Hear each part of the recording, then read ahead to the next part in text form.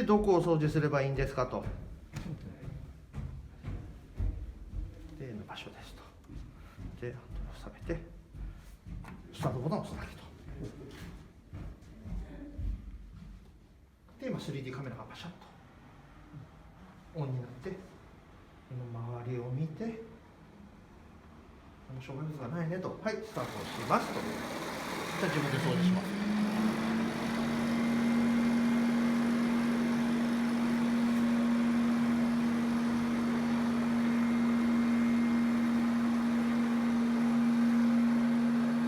あれはウインカーの海ですか？そうです、はい。